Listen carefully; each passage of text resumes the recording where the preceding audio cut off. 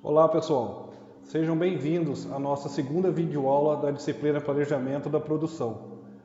Na primeira videoaula, a gente viu o processo administrativo nas empresas rurais. Nessa segunda videoaula, a gente vai abordar as técnicas e métodos de pesquisa que são utilizados no planejamento da produção. Vai ficar claro para vocês que na última aula buscou-se informações mais de organização, de planejamento administrativo dentro da empresa, no nosso caso, uma empresa rural. Agora a gente vai buscar técnicas e métodos de pesquisa que vão nos auxiliar lá na nossa ideia de entender a demanda de mercado, de entender a vocação regional, vão nos dar informações que vão permitir que a gente direcione todo o nosso planejamento da produção. Então, para isso, o nosso objetivo de aprendizagem hoje é compreender as técnicas e métodos de pesquisa e como essas técnicas e métodos de pesquisa serão utilizados no nosso planejamento da produção. Então, como sempre, a gente vai estruturar a nossa videoaula em tópicos. Inicialmente, a gente vai falar sobre entrevista. Vocês ouvem falar tanto de entrevista, mas o que é uma entrevista? Como que uma entrevista é elaborada, né? A gente vai falar sobre os tipos de questionários que são utilizados nas entrevistas, o roteiro de uma entrevista. A gente precisa se preparar para fazer uma entrevista, seja de que natureza for essa entrevista. A gente vai falar dos cuidados ao realizar uma entrevista, os conceitos estatísticos. A gente tem que ter uma noção de estatística para que a entrevista seja representativa. E as atividades que eu vou discutir com vocês, que vocês irão realizar e me enviar por e-mail. No final da videoaula a gente vai discutir esses pontos. Então, pessoal, primeiro, o que é uma entrevista? Para que eu faço uma entrevista? Por exemplo, o Ibope ou Datafolha fazem entrevistas para ter a opinião das pessoas em relação ao presidente, a opinião das pessoas em relação à economia, a opinião das pessoas em relação às eleições, quais são os candidatos que têm uma maior probabilidade de vencer as eleições de acordo com as entrevistas que são realizadas. Então essa entrevista ela pode ser realizada por institutos formais de pesquisa, mas também pode ser realizada por empresas, para entender a demanda de uma determinada região, a vocação de uma determinada região. A gente pode fazer uma entrevista de emprego para contratar algum funcionário ou a gente como funcionário sendo contratado. Então a entrevista ela abrange um leque muito grande de opções e é uma ferramenta importante de coleta de dados que podem ser analisados e serem utilizados para basear tomada de decisões, informações, direcionamentos das empresas, seja empresas de capital aberto ou empresas rurais, por exemplo. Então a entrevista, pessoal, ela é um método de coleta de informações mais utilizado das pesquisas sociais. O que é pesquisa social? Pesquisa que envolve a sociedade. O método que a gente mais conhece de pesquisa que envolve a sociedade, pelo menos eu imagino que seja o conhecimento da maioria, são as pesquisas eleitorais. Mas existe uma série de pesquisas que são utilizadas. Então ela pode ser técnica principal ou combinada, e ela pode ser realizada contato face a face, telefone ou questionário enviado pelo correio.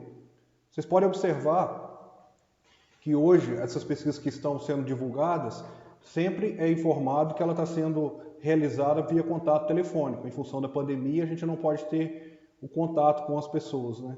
Mas geralmente ela é utilizada face a face. As pessoas são abordadas na rua e é feito a entrevista.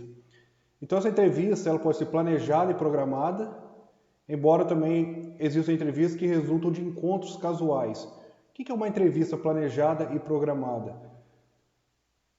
Um órgão jornalístico quer receber um determinado pesquisador, ou um determinado político, ou um determinado artista. Por exemplo, no Fantástico no domingo, a Lady Gaga foi entrevistada. Então foi uma entrevista planejada. Agendou-se uma data, a jornalista foi até a Lady Gaga e realizou a entrevista. Mas pode ser feito também um encontro casual. Por exemplo, está tendo uma manifestação nos Estados Unidos. E aí um manifestante é entrevistado. É um encontro casual, aquilo não foi planejado. Então, a gente utiliza de questionário para a realização de uma entrevista. O que é o questionário? São quais perguntas serão direcionadas, né? Quais questões serão direcionadas. Então, tais instrumentos, eles são planejados, na maioria das vezes, e elaborados, tendo em vista por quê? Problema de pesquisa. Por exemplo, imaginamos que a gente tem uma falta de professores para uma determinada área de estudo. Então, pode ser feita uma entrevista buscando entender a demanda, se os alunos têm interesse em realizar aquela disciplina, que poderia uma empresa particular, uma escola particular, contratar um professor para dar uma disciplina, por exemplo, de agronegócio. Então, o objetivo do estudo, referencial teórico, hipóteses, questões norteadoras. O objetivo do estudo seria o quê? Eu quero saber se as pessoas terão interesse de utilizar uma vacina para o coronavírus, caso essa vacina venha a ser desenvolvida. Então, o objetivo do estudo é esse, ver a aceitação da população em relação a uma determinada vacina. Então, o planejamento da entrevista ele pode ser elaborado a partir de entrevistas anteriormente realizadas. A gente vê, por exemplo, um determinado artista, ele deu uma declaração polêmica e aquilo repercutiu muito na imprensa de maneira geral, e aí os outros jornalistas querem fazer uma entrevista para poder discutir aquela entrevista que foi anteriormente realizada, qual que era a opinião dele a respeito daquilo, se aquilo fazia sentido, se ele queria se retratar ou não. Pode ser a respeito de observações. Por exemplo, eu percebo que um determinado estudante ele está seguindo uma linha de raciocínio que talvez não seja a mais correta. Eu posso sentar com ele e fazer basicamente uma entrevista, perguntar, mas tete a tete, né? Face a face, né? Por que você está seguindo esse caminho aqui? Será que não seria melhor seguir um outro caminho? Então, o depoimento sobre a vida dos entrevistados, vamos pegar o Ayrton Senna. Na época em que ele era vivo, algumas pessoas faziam entrevistas com ele para ele falar como é que é a vida dele fora das pistas, qual que é o hobby dele. Então, relato de acontecimentos, pode ter uma entrevista, alguém que vivenciou o 11 de setembro. Eu vou pedir para essa pessoa relatar como foi aquele dia, como que foi o ataque às Torres Gêmeas, e análise de documentos, uma série Então, vocês podem ver que a entrevista ela pode ser utilizada por uma série de utilidades, tanto para jornalistas propriamente dito, como para pessoas comuns como eu, como vocês, que têm um objetivo, seja empresarial, seja pessoal. Então, eu queria que vocês entendessem assim, quais são os tipos de entrevistas. Então, a entrevista, como vocês viram até agora, ela é baseada em questionário, que é o instrumento mais comum na entrevista, principalmente no contato face a face. O que é questionário? Perguntas, pessoal. Highlight, destaque. Isso aqui eu quero que vocês entendam muito bem. Preciso que vocês entendam isso. Então, o questionário, ele pode ser estruturado, semi-estruturado ou misto. É importante que vocês entendam isso, porque toda a entrevista ela vai ser formulada e baseada no questionário, de acordo com o modelo que o questionário foi baseado. Então, repetindo, o questionário pode ser estruturado, semi-estruturado ou misto. A partir de agora, a gente vai discutir as características de cada questionário, do questionário estruturado, semi-estruturado ou misto. O que é um questionário estruturado? O que é uma coisa estruturada? É formado por questões fechadas. Quando vocês fazem uma prova lá que o professor faz uma questão aquicultura, tema livre, é uma questão aberta. Por quê? Vocês têm a oportunidade de escrever uma série de coisas. As questões fechadas, elas são restritas às respostas. Por exemplo, uma questão de marcar com X, vamos falar bem claro, é uma questão fechada. Uma questão discursiva é uma questão aberta. Então, a questão fechada é que você tem um limite de resposta para dar naquela questão. Já a questão aberta, ela é mais abrangente, se assim podemos dizer. Então, todos os entrevistados eles são submetidos às mesmas perguntas e às mesmas alternativas de respostas previamente definidas. Por exemplo, uma pesquisa Ibope para prefeito, ela pode ser considerada um questionário estruturado. Por quê? Será questionado: você pretende votar no candidato A, B, C ou D? Para todas as pessoas vão ser feitas as mesmas perguntas com as mesmas possibilidades de resposta. Então as respostas são fechadas. Se eu pergunto, por exemplo, o que você acha do prefeito atual, seria uma questão aberta, porque eu não limito a resposta que eu vou obter daquele questionamento. Então, de modo geral, tais respostas são previamente codificadas, permitindo a sua digitação direta para o programa de análise de dados. Codificadas, por quê? Em relação ao prefeito, vai votar em A, B, C ou D. Trazendo para a nossa área de planejamento da produção, eu poderia fazer um questionário. Você prefere tilápia, camarão, sardinha ou salmão para consumir? Então, está limitado às 4 opções. Então, os tipos de entrevistas. A gente tem que entender que algumas questões são aplicadas a entrevistados específicos, que podem depender das respostas que deram à pergunta anterior. Nesse caso, o questionário ele contém informações para orientar o entrevistador, permitindo fluxo rápido e lógico da entrevista. É comum apresentar a alternativa outro, outros, como. Então, o que acontece, pessoal? Esses tipos de entrevistas, a gente pode ter roteiros que é como se fosse uma cola, que nos permite direcionar a entrevista e garantir que a entrevista ela tenha fluidez, que a entrevista se desenvolva. Eu já imagino quais serão as respostas, quais questionamentos eu posso fazer. Eu me preparo para fazer uma entrevista. Vamos lá então, para a gente tentar entender melhor o que é esse questionário.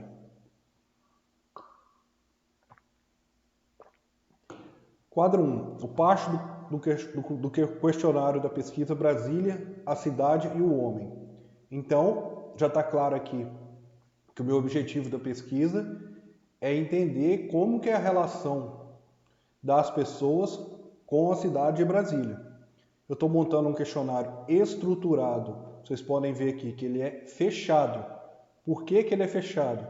Porque eu tenho um limite de resposta que pode ser dado e eu forneço as respostas que serão dadas pelo entrevistado. Um exemplo, o senhor já trabalhou na lavoura no passado?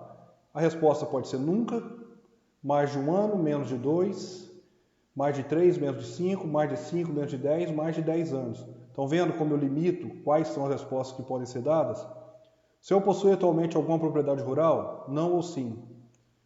Como é usada essa propriedade? Para nada? Principalmente para passeio, missa, principalmente para produção? Se o governo organizasse um programa para ensinar os lavradores a tirar boa colheita da terra perto de Brasília, o senhor gostaria de aprender isso? Não, não sabe? Sim. Se o governo desse condições para os lavradores plantarem perto de Brasília, o senhor iria para lá? Não, não sabe? Sim. Então aqui a gente está avaliando a relação do homem com a cidade de Brasília. Eu faço questões que são perguntas estruturadas, ou seja, que eu estabeleço quais são as respostas possíveis e a partir disso eu começo a utilizar cada vez mais abrangente essa entrevista para poder ter mais dados dos entrevistados. Então eu posso, como no quadro 2 aqui, ter questões para identificar o nível socioeconômico. Quais são os aparelhos eletrônicos existentes em sua residência? Vocês vão ver que tem um monte de opções aqui para que o entrevistado marque. Qual o seu nível de escolaridade?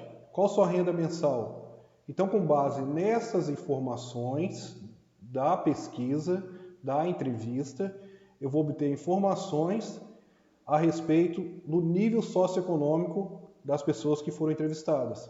E aí, como eu vou entrevistar um número de pessoas maior, eu posso dizer que é o nível socioeconômico da população de Brasília, de acordo com a amostra que a gente utilizou. E aí é interessante que dentro da entrevista, dentro do formulário estruturado, a gente pode ter as escalas de atitude, que são técnicas que viram separar entrevistados em grupos. Consideram atitudes mais ou menos favoráveis a uma pessoa, situação, acontecimento, organização, tecnologia. denominados objetos atitudinais. Permitem relacionar as atitudes com outras variáveis, atitudes com nível de renda, escolaridade, opção. Então, o que eu consigo? Eu consigo separar em classes, em atitudes de acordo com as respostas. Vamos ver um exemplo? Por exemplo, quadro 3, escala ambiental, pesquisa Brasília, a cidade e o homem. Vocês estão vendo que a pesquisa é Brasília, a cidade e o homem, e dentro da pesquisa eu tenho vários quadros que me dão informações a respeito da relação do homem com a cidade, da questão socioeconômica, da questão ambiental. Então, dando continuidade, eu falo assim, agora vamos pedir a sua opinião sobre uma série de questões. Não há respostas certas ou erradas. Isso aqui é fundamental, pessoal, a gente vai discutir. A gente não pode induzir a resposta dos entrevistados. E eles têm que ter a liberdade e não tem que ter o receio de dar uma informação. Então, diga apenas se o senhor concorda, discorda ou não está certo sobre elas. Seja o mais franco possível, obrigado. Vocês vão ver que tem aqui uma série de opções. Afirmativas, ninguém ajuda ninguém em Brasília, as cidades satélites são mais tristes do que o plano piloto, o povo de Brasília é um povo frio, uma série de opções. E agora a gente vai ter concorda, incerto e discorda. E ele vai pontuar de acordo com a opção que ele escolher. Se ele escolher concorda, vai dar a pontuação 1. Se ele escolher certo, vai dar a pontuação 2. E se ele escolher discorda, vai dar a pontuação 3. Isso para todas as questões.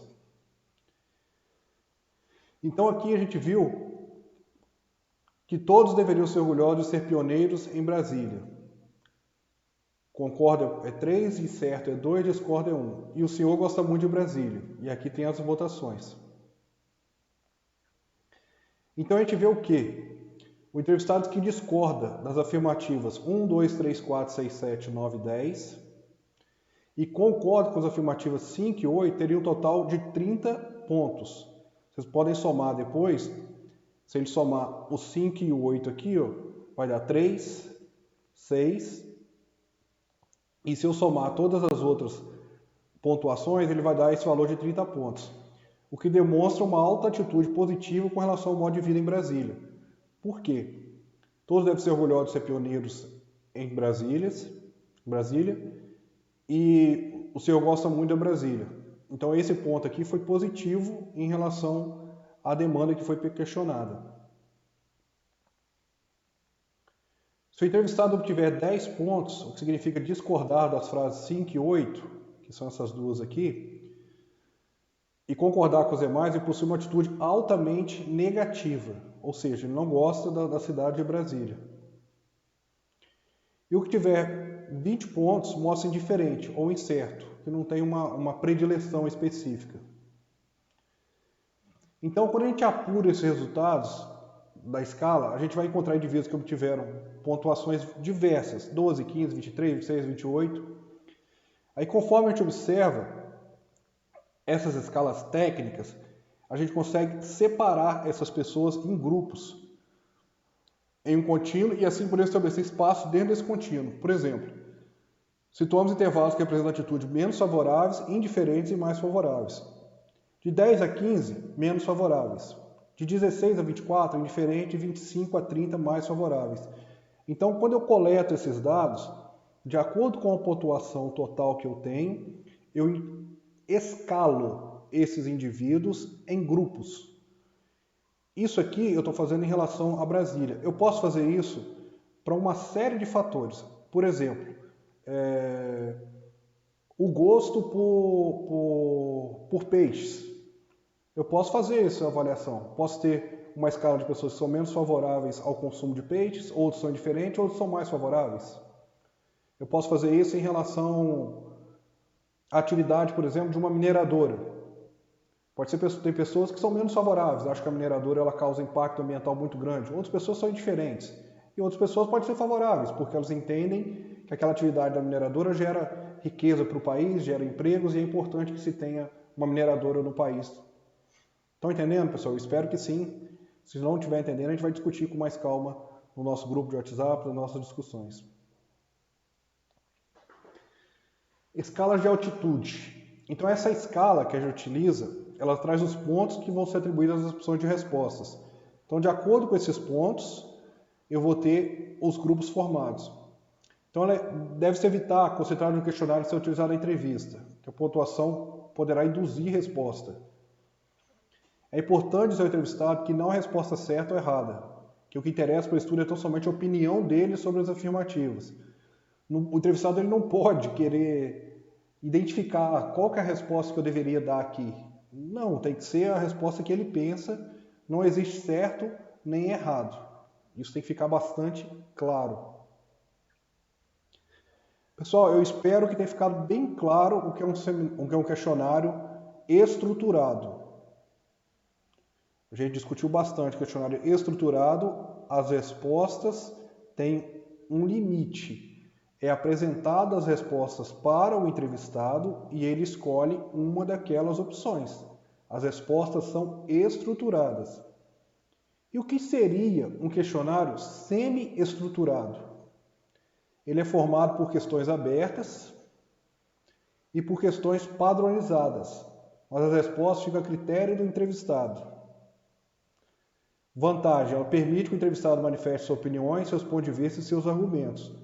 Então a gente percebe que o questionário semi-estruturado ele é um pouco mais aberto. Apesar de ainda ter questões estruturadas, essa questão estruturada é um pouco mais aberta. Então, o uso de um questionário semi-estruturado, ele requer do entrevistador habilidade na aplicação, estimulando o entrevistado a aprofundar as respostas, mas sem induzi-las. Então, a gente percebe que no questionário semi-estruturado, a resposta é um pouco mais aprofundada, ela não é tão superficial como no estruturado. Vamos lá, vamos tentar esmiuçar isso, tornar isso mais claro. No quadro 4, a gente tem um exemplo, no questionário semi-estruturado. A questão 1. Quais são os 3 principais problemas que o senhor entende no desenvolvimento de suas atividades agropecuárias? Então, a gente tem questão A, B e C. Do seu ponto de vista, quais seriam as possíveis causas destes problemas? A, B e C. Do seu ponto de vista, como estes problemas poderiam ser resolvidos? A, B e C. O que os produtores podem fazer para solucionar este problema? Estão vendo que aqui as questões são feitas, mas ela é semi-estruturado, porque eu não ofereço quais seriam os principais problemas para ele escolher um. Eu sugiro que sejam 3 problemas e peço para que ele informe os problemas. As questões são mais abertas.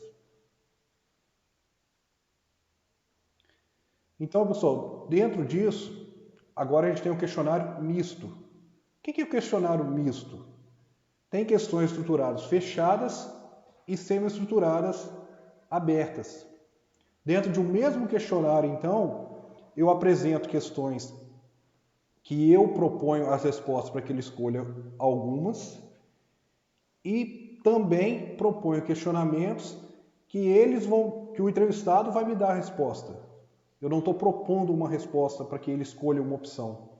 Então, os 2 tipos de questões são observados nesse questionário misto. Por isso que ele chama questionário misto, porque ele tem um mix, ele tem uma mistura de questões estruturadas.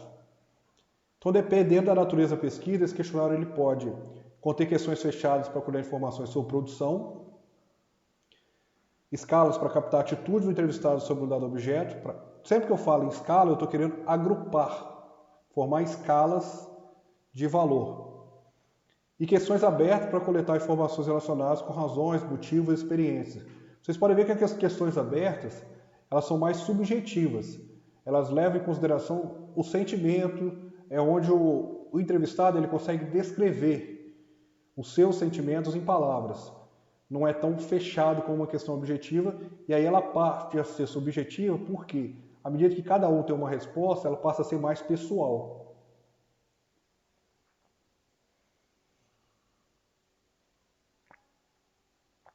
Então, pessoal, um questionário misto. Vamos dar um exemplo.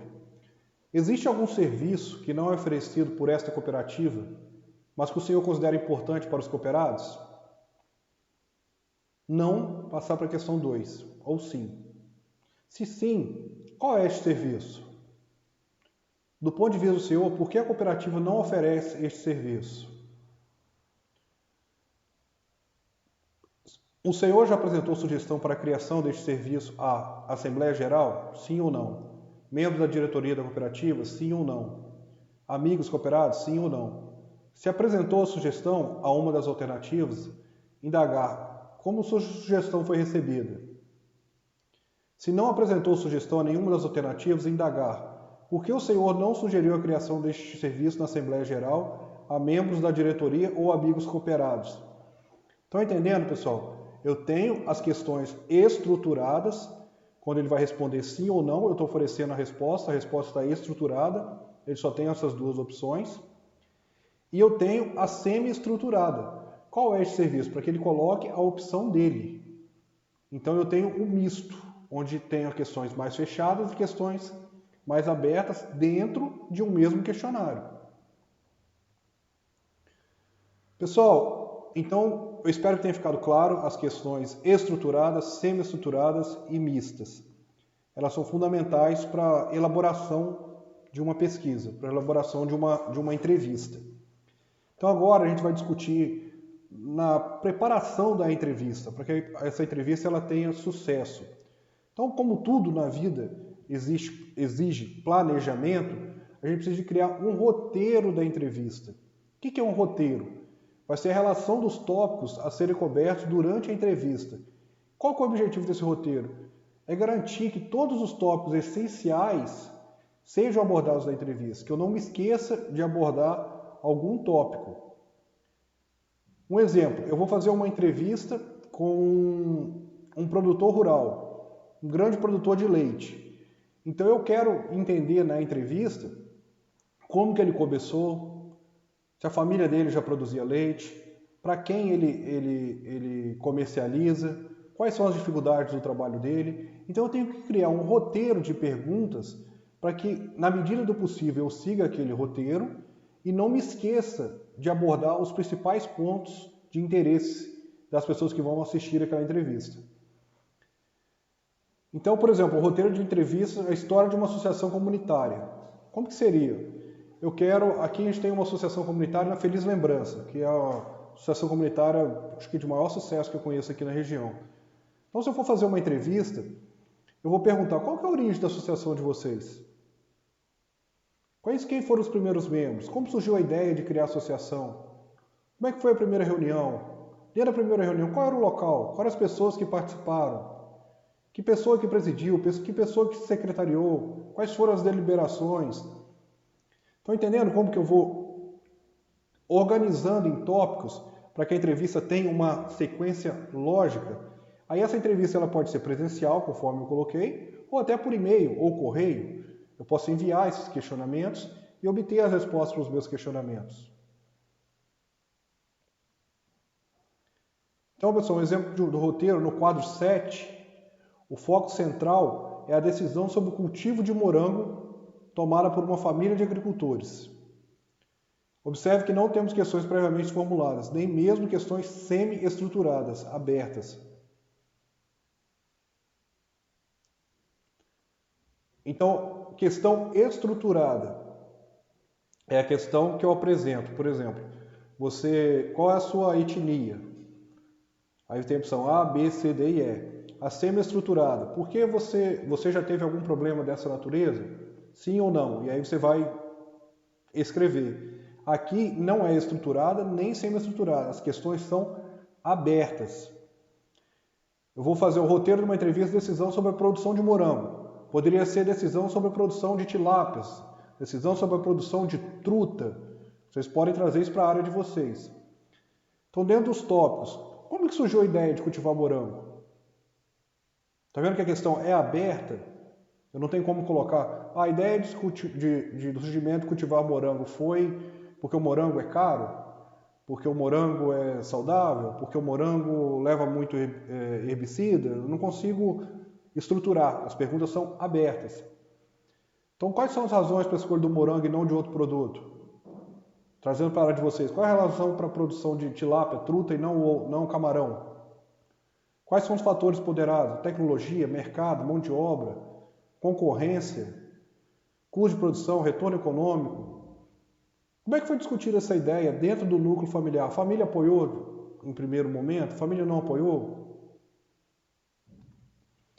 Então, pessoal, a finalidade do roteiro é orientar o pesquisador, que o pesquisador é quem faz a entrevista, quem está buscando essa informação, quem pesquisa sobre o assunto, evitando que os tópicos relevantes deixem de ser abordados.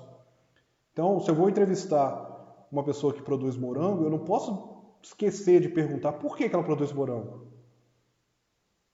A família apoiou? Quais são as dificuldades de produzir morango? Quais são as vantagens de produzir morango? Então eu tenho que ter esse roteiro bem claro. Não preciso ter, talvez por escrito, mas eu tenho que ter na minha cabeça uma sequência. Então qualquer entrevista que eu vou fazer, eu tenho que ter um conhecimento mínimo do assunto. Então o momento e o modo como os tópicos são transformados em questões decorrerão do desenvolver da entrevista. Não necessariamente eu tenho que seguir exatamente aquela questão. Eu posso, ao longo da entrevista, e em função da interação com o entrevistado, ir fazendo esses questionamentos.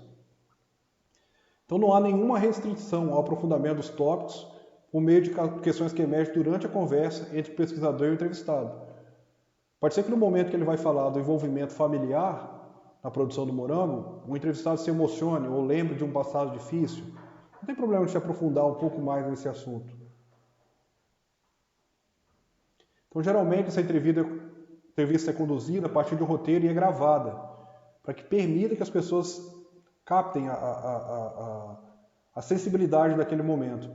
Se não for possível, é preciso que tenha mais pessoas acompanhando, se for uma entrevista para um jornal ou para uma entrevista que a gente vai obter os dados e coletar por escrito, tem que ter mais pessoas para que captem todas aquelas informações no momento. Então esse roteiro ele requer muita habilidade do entrevistador e tem que ter um profundo conhecimento do projeto de pesquisa. Por exemplo, se eu for fazer uma pesquisa para entender por que uma determinada empresa está produzindo alevinos na região, é interessante que eu entenda como que é a produção de alevinos, para que mercado se destina, para que a entrevista possa fluir e para que eu tenha até capacidade para fazer boas perguntas, bons questionamentos. Então, caso contrário, não vai ser possível aproveitar a fala do entrevistado, o meio do desdobramento das questões. Se eu não entendo nada, por exemplo, de política, fica um pouco difícil de eu fazer uma entrevista com um deputado, com um governador. Então é importante também que o entrevistado ele saiba dosar a sua interferência. Eu não posso querer chamar mais atenção para mim do que para o entrevistado, entende? Tem que ficar muito claro, o entrevistador ele tem que intervir, mas não de forma atabalhoada, intervir de forma planejada. E essas entrevistas podem ser feitas por telefone também. Por exemplo, hoje a gente tem uma dificuldade de ter o contato. A maioria das entrevistas que acontecem, por exemplo, a gente pode ver nos noticiários, são por Skype, são por uma série de programas de conversa em tempo real, por telefone. Então essas questões devem ser curtas e simples. A vantagem, por exemplo, em vez de eu ter que ir para Brasília fazer uma entrevista, eu posso fazer uma entrevista por telefone. Então reduz o custo. Esse questionário também pode ser enviado pelo correio ou por e-mail, no caso. E aí ele vai abranger questões estruturadas e semi-estruturadas. Elas podem ser curtas e simples. Por quê? Ele tem que ser muito simples. A pessoa vai estar lendo aquelas respostas, aquele questionamento sozinho. Então tem que ser autoexplicativo. Tem que ter cuidado na estruturação do questionário, na redação das instruções, para ser preenchido pelo entrevistado. O entrevistado vai estar sozinho, ele não vai ter o contato com o entrevistador para tirar dúvidas na hora de preencher o formulário. Então tem que ser o mais simples possível. Qual que é a vantagem? O baixo custo da coleta de informações, possibilidade de pessoas que vivem em locais distantes. Eu não tenho como entrevistar pessoalmente pessoas que estão no Amazonas, mas eu posso enviar e-mail e pedir para que ele me responda um questionário. Eu consigo abranger, ter uma entrevista, uma pesquisa com uma abrangência maior. Ao contrário, se eu tivesse que ir pessoalmente, provavelmente eu me limitaria somente ao Espírito Santo, à região sudeste. Então a minha entrevista ela fica limitada. Agora, a desvantagem é o baixo índice de respostas. Pode ser que eu envie por correio, eu envie por e-mail e a pessoa com as tarefas do dia a dia sequer responda. comprometimento tende a ser um pouco menor. É não adequado para pessoas com baixo nível educacional com problemas visuais. Não adianta eu mandar um texto que a pessoa que tem uma dificuldade visual não vai conseguir ler. Ou a pessoa que tem um baixo nível educacional, um produtor rural, por exemplo, que é analfabeto. Não adianta eu mandar isso para ele. Então eu tenho que fazer uma entrevista pessoalmente. Né? A impossibilidade de corrigir interpretações equivocadas. Você não tem como, durante a entrevista, se eu estou fazendo uma entrevista face a face, se uma pergunta é mal interpretada, eu posso, como que eu posso dizer, direcionar para que a pessoa entenda aquela pergunta. Já pelo correio, ele pode interpretar de forma equivocada e a resposta vir equivocada. Então, falta de controle sobre o não preenchimento de questões também. Aí o encontro ou contato ocasional. Então, não constitui a rigor uma técnica de entrevista. É a oportunidade que o pesquisador não pode perder para colher informações para o seu estudo. Onde pode ocorrer diferentes situações, festas, venda, ponto de ônibus. Então, o que acontece? Esse encontro ou contato ocasional não é uma técnica de entrevista. Por quê? Eu não tenho questões estruturadas, não tenho questões semi-estruturadas, não tenho questões mistas, não faço um roteiro. É tudo de forma natural, é um improviso. Está acontecendo uma manifestação, a repórter entrevista um manifestante. Ou uma festa, uma venda num ponto de ônibus. Então aquilo não é uma entrevista técnica, é uma entrevista espontânea, natural, que é feita. Quais são os cuidados, pessoal, ao realizar uma entrevista? Primeiro, a explanação ela tem que ser sucinta sobre os objetivos da pesquisa. Tem que ser claro os objetivos da pesquisa. Eu estou fazendo esse questionamento porque eu quero saber qual o interesse da comunidade de Alegre de consumir truta. Objetivo. Qual o motivo pelo qual o entrevistado foi selecionado? Selecionei esse produtor porque eu acredito que na região dele tem uma condição de água e temperatura adequada para produzir truta. Esse foi o motivo. Qual a importância da resposta para o estudo? De acordo com essas suas respostas, a gente vai poder balizar novos estudos para poder implementar a produção de truta na região de Alegre. Essas respostas vão ser analisadas em conjunto com a resposta de outros entrevistados. E o que tem que ficar claro é o anonimato. A pessoa não precisa se expor para aquela entrevista. Então, esse questionário enviado pelo correio, ele tem que ter uma carta contendo informações, pedindo para que a pessoa preencha aquele questionário, o porquê daquele questionário. Tem que ter uma carta de apresentação, digamos assim, né? Então, as primeiras questões, a gente deve sempre buscar as questões mais simples e amenas, para quebrar o gelo. Se eu faço uma pergunta já muito difícil, provavelmente o entrevistado vai se imaginar que não é capaz de preencher aquele questionário. Então, a gente começa, qual a sua naturalidade, qual o seu estado civil, e aí as questões vão ficando um pouco mais elaboradas ao longo da entrevista. Então, nesse questionário enviado pelo correio, as primeiras questões devem botar também temas simples, evitando desinteresse imediato em respondê-lo. Isso é muito importante, pessoal. Nessa entrevista, que é guiada por um roteiro, existem situações que demandam grande habilidade do entrevistador. Por exemplo, interromper e reiniciar o diálogo e desdobrar questões. Pode ser que tenha questão que ela envolva a questão emocional. Imagina que a gente está falando de um produtor de morango e aí pode ser que o pai que incentivou a família a iniciar a produção e o pai tenha falecido na época da entrevista. Então o entrevistador ele tem que entender, por exemplo, se o entrevistado se emocionar durante a entrevista e saber conduzir aquilo, não tratar de maneira fria e simplesmente cumprir uma determinada sequência de perguntas. Né? Então essa intervenção ela deve ser polida. O que é polida? Educada, para não criar um clima desagradável. E cuidadosa e oportuna para evitar que o entrevistado deixe de falar coisas importantes. Eu não posso, por exemplo, o entrevistado se emocionou e eu não dou espaço para que ele se recupere para a gente continuar a entrevista. Vamos que eu tenho que continuar porque eu tenho que almoçar agora, ou está na hora de pegar o voo. Então, isso tem que ser bem trabalhado é uma questão muito importante de se ter em mente. Então, a condução da entrevista, a gente deve evitar a questão muito longa e linguagem inacessível. Não adianta eu elaborar uma questão que quando a pessoa termina de ler aquela questão ou ela termina de ouvir o que eu falei, ela já está pensando em outra coisa. Ou utilizar termos que o produtor ou quem seja o entrevistado não consegue compreender. A linguagem já tem que ser, pessoal, isso vale para a vida da gente, sempre, o mais simples possível. Eu tinha um professor de estatística que ele dizia, quando você conseguir explicar um determinado assunto para sua tia, que nunca foi na escola, aí você entendeu o assunto. A gente tem que sempre simplificar, não faz sentido a gente querer dificultar as coisas mais do que elas já são difíceis. Então é conveniente, pessoal, submeter os questionários a profissionais que possuem experiência com os temas estudados.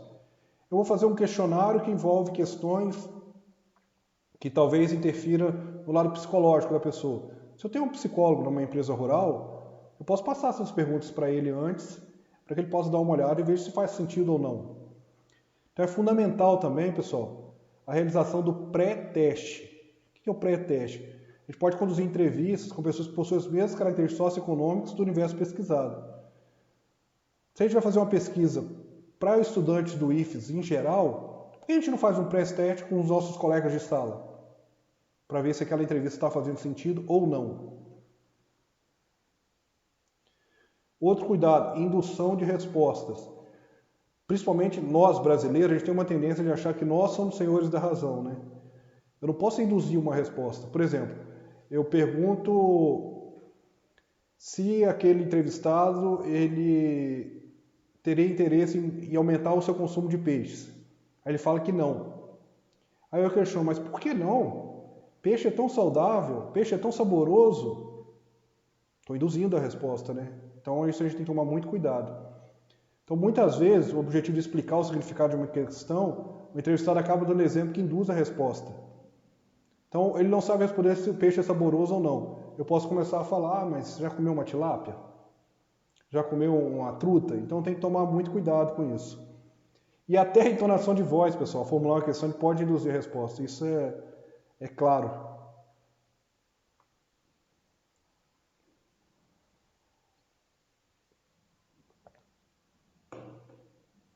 Bom, pessoal, agora, até aqui a gente viu uma questão muito teórica.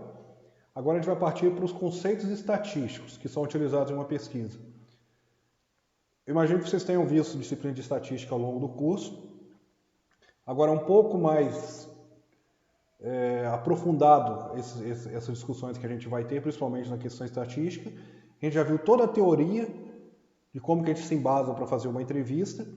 E agora a gente vai ver como que a estatística nos dá ferramenta para que a gente elabore essa pesquisa, elabore essa entrevista e depois interprete os dados coletados nessa entrevista. Então, a estatística nos auxilia, primeiramente, na coleta de dados. Então, ela pode ser classificada relativamente ao fator tempo em. Essa entrevista ela pode ser contínua, periódica e ocasional. Como o próprio nome já diz, contínua sempre está acontecendo. Periódica, em determinados momentos. Ocasional, raramente. Por exemplo, a contínua, nascimentos e óbitos e frequência dos alunos às aulas. Isso é contínuo. Eu sempre tenho que estar monitorando. Sempre vão ter nascimentos, óbitos e frequência dos alunos. Periódicas. O censo do IBGE e a avaliação mensal. Então a gente tem a avaliação trimestral e o censo do IBGE a gente faz, por exemplo, a cada 10 anos. Acho que a gente teve censo em 2000, censo em 2010 e teria censo em 2020 agora. Então, assim, tem uma periodicidade a cada 10 anos. E ocasional, no caso de epidemias que assolam ou dizimam rebanhos inteiros. Infelizmente, esse exemplo hoje está não só para rebanho, a gente tem esse caso aí dessa pandemia, né, que está nos assolando. Então, claro, pessoal, coleta dos dados contínua, periódica, ocasional. Contínua, sempre.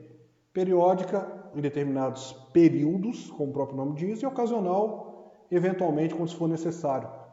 Por exemplo, estou tendo um surto de febre aftosa no Brasil. É uma entrevista ocasional que eu vou fazer para poder identificar Quais áreas estão sendo mais afetadas? Crítica dos dados. O que é crítica dos dados? A crítica não é criticar esses dados, não é no sentido da palavra crítica, de fofoca, seja o que for. A crítica dos dados é fazer uma análise crítica. Eu obtive os dados. Então, esses dados devem ser cuidadosamente criticados. Procurar possíveis falhas, imperfeições, evitar erros grosseiros que possam influir sensivelmente nos resultados. Eu tenho que filtrar esses dados, literalmente. Eu posso ter uma planilha de Excel e pode ser que eu tenha notas, por exemplo, dos alunos. Então, eu tenho uma nota 5, 6, 7, e o outro, em vez de ficar 7.0, ele ficou 70. Na hora que eu vou fazer a média da turma, deu uma média muito alta. Opa, mas é 70 ali que estava errado. Então, se eu fizer um simples filtro, eu posso checar os dados e ver se tem alguma coisa muito fora do padrão ali para poder evitar que isso acabe influenciando na minha média dos dados, né? Voltando ainda nas críticas dos dados, não é só a numeração, eu posso olhar. Por exemplo, se eu vejo que a média dos dados dos alunos do IFES está dando 38 anos, opa, será que não tem algum dado que foi digitado errado, algum dado que foi coletado errado, que está influenciando, levando essa média para cima? Então a crítica dos dados é validar aqueles dados, ver se a entrevista ela foi coerente, se ela foi bem feita, se ela faz sentido. Aí vem a apuração dos dados. É a soma e processamento dos dados obtidos, critério de classificação, que pode ser manual ou eletrônica. Por exemplo, as notas trimestrais dos alunos do curso Técnica Agropecuária do IFES. Então eu vou somar as notas, vou processar e posso classificar.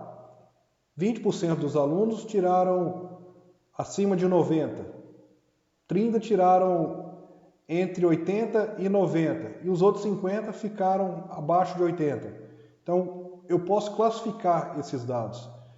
A pesquisa que o IFES fez de acesso à internet, a gente pôde classificar de todos os alunos do IFES, quantos têm acesso à internet? Quantos por cento têm acesso à internet? Quantos por cento não têm acesso à internet? E essa conta ela pode ser manual ou eletrônica. E aí depois que eu coletei esses dados, eu apresento esses dados. Não adianta só coletar, eu tenho que saber apresentar. Então esses dados eles devem ser apresentados sob forma de tabela ou gráfico, tornando mais fácil o exame daquilo que está sendo objeto de tratamento estatístico. Um exemplo aqui, ó. História de vendas do principal produto da empresa. Ó. A gente tem aqui unidades vendidas e o mês. A gente pode ver que essa empresa ela começou a vender muito em fevereiro, e as vendas foram caindo até junho. Então, eu coletei o dado do histórico de vendas da empresa em fevereiro, coletei em março, coletei em abril, coletei em maio. Com esses dados, eu fiz a análise crítica dos dados, primeiro para ver se esses dados estavam corretos, e extrapolei isso para um gráfico, para facilitar a visualização e interpretação dos dados. Estão vendo que uma entrevista, com uma coleta de dados lá atrás, ela resultou num dado que foi tratado e foi apresentado de maneira mais amigável, digamos assim, como um gráfico. Eu poderia fazer isso aqui, história de vendas de tilápia. Vamos dar um exemplo da área de vocês. Qual mês que tem uma concentração de venda maior? Se eu quisesse fazer, por exemplo, de bacalhau, qual que é a história de vendas de bacalhau no Brasil? Qual que é o pico? Será que na época da Páscoa eu tenho uma concentração de vendas maior? Então, olha só quanto essas informações podem contribuir para as nossas decisões como uma empresa rural. Então, análise dos resultados. Então, o último objetivo da estatística é tirar conclusões sobre o todo, população, a partir de informações fornecidas pela parte representativa do todo, amostra. O que é amostra? O que é população? A população brasileira, eu posso pegar uma amostra para poder inferir sobre a população brasileira. Então eu pego pessoas que são do Espírito Santo, do Paraná, do Pará, do Nordeste, para que componham uma amostra que extrapole a realidade da população brasileira. Eu não tenho como avaliar os 220 milhões de brasileiros. Eu avalio uma quantidade menor para extrapolar para a população. É como são feitas as eleições, por exemplo. Nas entrevistas, são coletadas informações de 1.500, 1.600 pessoas e extrapolado para representar o país, ou o estado, ou o município que se está coletando aquelas informações. Então, pessoal, as variáveis. Quais são as variáveis? São os conjuntos de resultados possíveis de um fenômeno. O que é um fenômeno? Cada fenômeno corresponde a um número de resultados possíveis. Vamos lá. Para o fenômeno sexo, quando eu falo fenômeno, vocês podem entender característica, por exemplo. É uma característica. Para o fenômeno sexo, a gente tem dois resultados, masculino e feminino. Então, para o fenômeno sexo, eu tenho duas variáveis, masculino e feminino. Para o fenômeno número de filhos, há o número de resultados possíveis expresso através de números naturais. Eu posso ter 10 filhos, eu posso ter 15 filhos, eu posso ter 1 filho, eu posso ter 0. Então, eu tenho mais variáveis para o fenômeno número de filhos. Aí, essa variável, pessoal, ela pode ser qualitativa. O que é uma variável qualitativa? São valores expressos por atributos: sexo, masculino, feminino, cor da pele, branca, amarela, vermelha, parda. Ou quantitativo, valores expressos em números: salário dos operários, idade dos alunos de uma escola. Por exemplo, imagina que eu tenha o número de funcionários do IFES, número de servidores do IFES. É um número qualitativo. Agora, quando eu tenho o valor que é gasto mensalmente com salários dos servidores do IFES, já é uma variável quantitativa, eu quantifiquei. A qualitativa, ela é única por valores expressos. Já a quantitativa tem uma escala. Por exemplo, vamos trazer para um exemplo mais claro. Altura. Se eu classifico uma pessoa como alta ou baixa, eu estou transformando numa variável qualitativa. Agora, quando eu falo que uma pessoa alta ela tem de 1,78 a 1,99 e a baixa ela tem de 1,45 a 1,60, então eu estou quantificando isso ali. Tudo que eu consigo mensurar, medir, altura, peso, ela é quantitativa. Então vamos pensar nas variáveis: profissão, religião, salário, escolaridade, altura, número de acesso à plataforma, classe social. Então a variável é o quê? É o fenômeno que eu vou medir. E essas variáveis que eu estou medindo, elas podem ser qualitativas, no caso da profissão. Qual a sua profissão? Sou engenheiro agrônomo. Qual a sua religião? Sou católico? Eu sou evangélico? Salário é quantitativo. Se eu falo que o salário é alto ou baixo, é qualitativo. Agora, se eu quantifico R$ 1.200, R$ 1.300, R$ 1.397, estou quantificando. Escolaridade, ela é qualitativa. Tenho graduação, tenho mestrado, tenho doutorado. A altura é quantitativa. Por quê? Eu posso ter 1,80 m, 1,81 m, 1,82 m, eu consigo quantificar essa altura. Número de acesso à plataforma, quantitativo. Quantas pessoas acessaram a nossa plataforma aqui acadêmico? Eu estou quantificando. Classe social é qualitativa. Por quê? Classe alta, classe baixa. Aí dentro das variáveis contínuas, pessoal, a gente tem variáveis quantitativas. Vamos separar agora em variáveis quantitativas primeiro. Tendo a variável quantitativa, eu tenho a variável contínua e a variável discreta. A variável contínua, ela pode assumir, teoricamente, qualquer valor entre dois limites. Por exemplo, peso, massa, altura, pressão, nível de açúcar. Peso. Ela pode assumir. Tem pessoas que têm 40 quilos e pessoas que têm 180, 190, 200. Então, ela pode assumir qualquer valor entre dois limites, entre 1 a 200, 250. Já a variável discreta, ela pode assumir valores inteiros. Por exemplo, número de filhos, paciente no hospital. Número de filhos são só valores inteiros. Vamos ficar mais claro. Eu posso ter 1 filho, 2 filhos. Agora, o peso dos meus filhos é uma variável contínua. Por quê? Pode ter um filho que pese 81,37 gramas e posso ter um outro que pesa 90,32. Então tem toda uma escala contínua nesses dois limites. Já a discreta é qualitativa, porque você consegue definir, descrever entre 1 e 2. Número de pacientes para o hospital, 50, 60. Eu não tenho números quebrados, são só números inteiros. A variável contínua ela tem números fracionários. 50,7, 50,25. A discreta não, só números inteiros.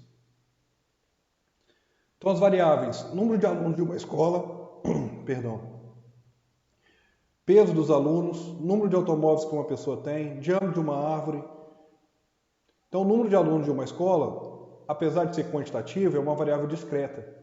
Por quê? São só números inteiros. 2, 3, 4, 5, 10, 20. Já os pesos dos alunos é uma variável contínua. É uma variável quantitativa contínua. Pode ter 3,78, 99,97. Número de automóveis, variável discreta. Posso ter 1, 2, 3. Diâmetro de uma árvore, variável contínua. Por quê? Pode ter 80 centímetros de diâmetro, 80,1, 90,2, 90,3. Então, de modo geral, as medições dão origem a variáveis contínuas. Contágios ou numerações a variáveis discretas. Próprio exemplo, quando eu mensuro o diâmetro de uma árvore, é uma variável contínua. O comprimento de um peixe, o comprimento de um tanque, isso tudo é variável contínua. Agora, quando eu conto o número de peixes em um determinado viveiro, já é uma variável discreta. Agora, se eu colocar o peso de um determinado peixe, ele se transforma numa variável contínua.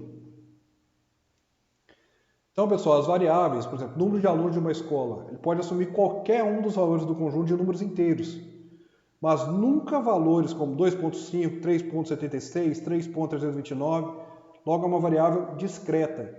Então, dentro das variáveis contínuas, eu tenho a variável discreta, dentro das variáveis quantitativas, eu tenho a variável discreta e contínua. Então, a discreta é sempre números inteiros.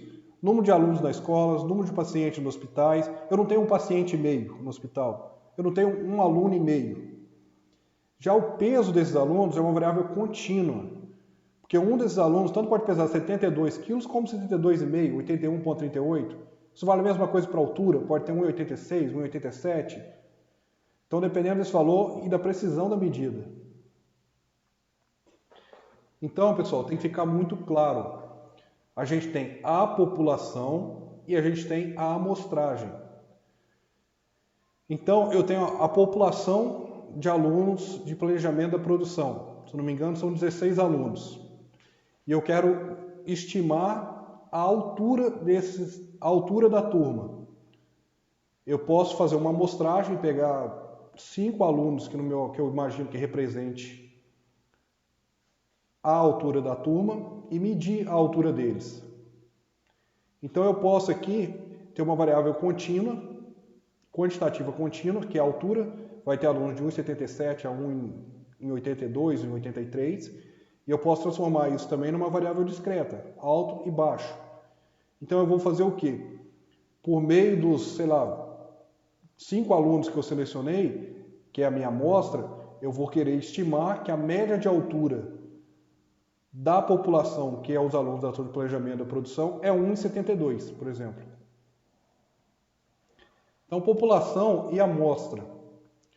A população estatística, ou universo estatístico, é o conjunto de entes portadores de pelo menos uma característica em comum. Nesse exemplo que eu dei, a característica em comum é estarem matriculados na disciplina de planejamento da produção.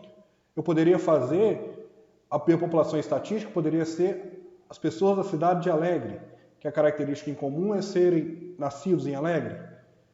Ou eu poderia fazer a média, a população estatística, das famílias de Cachoeiro de Itapemirim. A característica comum é nascer em Cachoeiro. Então, assim, os estudantes, por exemplo, constituem uma população, pois apresentam pelo menos uma característica comum, são os que estudam. Então, a população, eu posso fazer esse estudo para a população de alunos do IFES. Então, a característica em comum é que eles são alunos do IFES.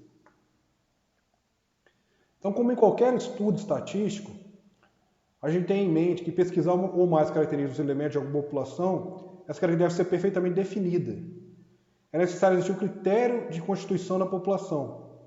Qual que foi o critério? Se eu quero saber a média de altura dos estudantes do IFES, eu não posso pegar e medir, por exemplo, a altura de estudantes que estudam no CTC em RIV, porque eles não são alunos do IFES. Claro, pessoal? Então, quando pretendemos fazer uma pesquisa entre os alunos das escolas, precisamos definir quais são os alunos que formam o universo. Então, é só os alunos do IFES, eu não vou pegar os alunos da UFES, não vou pegar os alunos das escolas municipais e estaduais. O que atualmente ocupa as carteiras de escolas? Será que os que atualmente ocupam ou eu quero fazer dos que já saíram da escola? Ou devemos incluir também os que já passaram pela escola? Eu vou lá no meu registro acadêmico e vou pegar os dados dos alunos da turma da década de 90. Qual que era a altura média dos alunos da turma da década de 90 do IFES? Qual que é a altura média dos alunos dessa década? Essa solução do problema vai depender de cada caso em particular. Então, na maioria das vezes, geralmente por impossibilidade ou inviabilidade econômica ou temporal, a gente limita as observações referentes a uma determinada pesquisa apenas a uma parte da população. Essa parte proveniente da população em estudo denominamos amostra. Então, por exemplo, eu quero ver a média de altura dos estudantes dos institutos federais no Brasil. Eu não vou conseguir mensurar, não vou conseguir medir a altura de todos os estudantes dos institutos federais. Então eu vou ter uma amostra representativa desses estudantes para extrapolar para a população de estudantes do Instituto Federal. Então a amostra é um subconjunto finito de uma população. Imagine se eu quero saber qual que é o teor de umidade de uma saca de soja, por exemplo. Então eu não vou medir a umidade da saca de soja inteira. Eu vou tirar uma amostra daquela saca e gravar e obter a umidade daqueles grãos para extrapolar para a saca inteira. Então, para que as inferências sejam corretas, você está garantir que a amostra seja representativa da população. E essa amostra vai possuir as mesmas características básicas da população. Se eu quero pegar de novo a altura dos estudantes do IFES, eu não posso buscar só os mais baixinhos para que seja a minha amostra da população, nem os mais altos. Ficou claro? Porque senão está viesada essa. Se eu quero fazer uma avaliação de intenção de votos, se eu buscar uma região que só tenha pessoas que têm interesse em votar em determinado candidato para ser a amostra da população, provavelmente essa pesquisa vai estar viesada, não vai ser eficiente. Então, pessoal, para encerrar, esse vídeo ficou um pouco mais longo, mas o meu objetivo foi fazer um vídeo único, não quis separar em vídeos por partes, para que vocês tenham todo esse material e vão utilizando esse material durante essa segunda quinzena. Eu vou pedir para que vocês façam uma atividade que faz todo sentido para a gente nesse momento. Tem uma pesquisa que está disponível no site do IFES, o link está nesse print, vocês podem observar, que tem como objetivo fazer pesquisas de demanda para cursos superiores.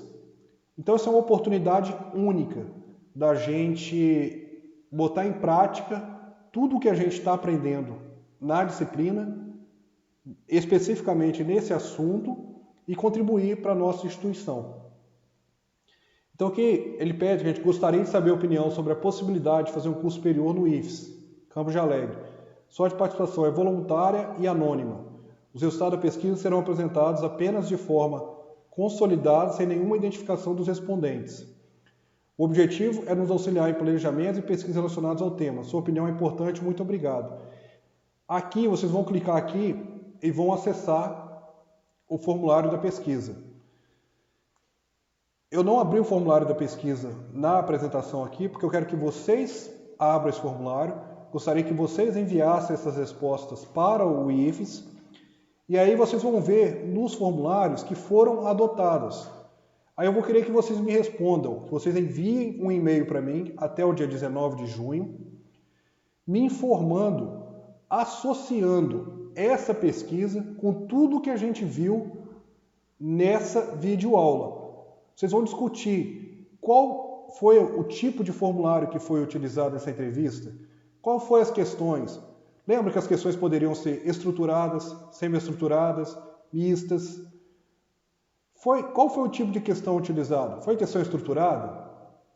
Foi questão mista? Foi questão aberta? Qual que é o objetivo? Ficou claro o objetivo? Ficou claro o público-alvo? Qual foi a amostra? Então, assim, eu quero que vocês direcionem tudo o que a gente viu nessa videoaula, preencham essa pesquisa e me mandem um e-mail informando, descrevendo toda a associação que vocês consigam fazer entre a entrevista que eu estou pedindo para que vocês realizem, participem dessa pesquisa, com o assunto que foi abordado. Então, eu não estou fazendo uma entrevista, questões com vocês estruturadas, porque eu não estou pedindo respostas específicas e nem elaborei as perguntas.